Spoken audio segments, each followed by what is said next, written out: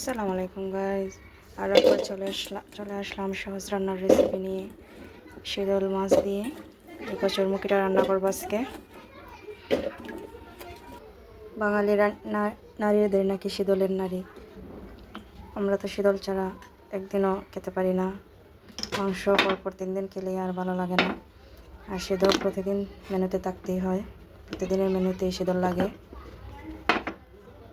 তো হলুদ, মরিচ, লবণ দিয়ে দিলাম। কাঁচামরিচগুলো লাল হয়ে গেছে, কিনে রাখলেও সমস্যা, লাল হয়ে যায়, আর করে না থাকলেও সময় মতো পাওয়া যায় না। দিয়ে দিলাম এগুলা। পরিমাণ মতো রসুন দিয়ে দিলাম।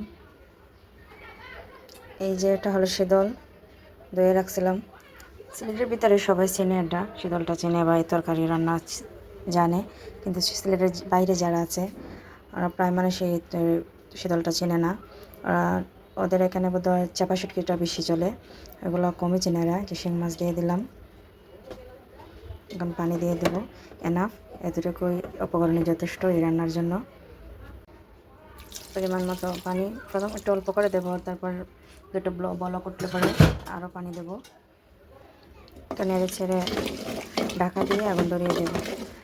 শুধু বলকটা ওঠার বাকি, বলকটা উঠলে আর একটু অল্প পরিমাণ কিছু পানি দেবো, একটু ঝোল থাকে। এগুলা শুকনো মজা লাগে, আর ঝোলটাও ভালো লাগে। 2 রকমের রান্না করা যায়, একদম শুকনো করে একটা আর ঝোল করে একটা। খেতে খুবই সুস্বাদু, ট্রাই করবেন। দেখেন কি সুন্দর কালার চলে আসছে। এখন আর একটু পানি অ্যাড করে নেব।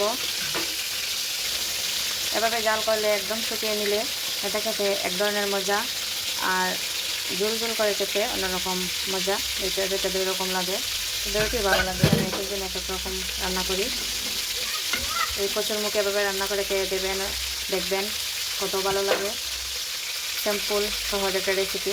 এই সিম্পল সহজ রেসিপি পেতে আমার চ্যানেলটা সাবস্ক্রাইব করবেন। ভালো থাকবেন, দোয়া করবেন, লাইক কমেন্ট করবেন। আর দেখেন তরকারিটা হয়ে গেছে। সবাইকে আবারও ধন্যবাদ। আল্লাহ হাফেজ।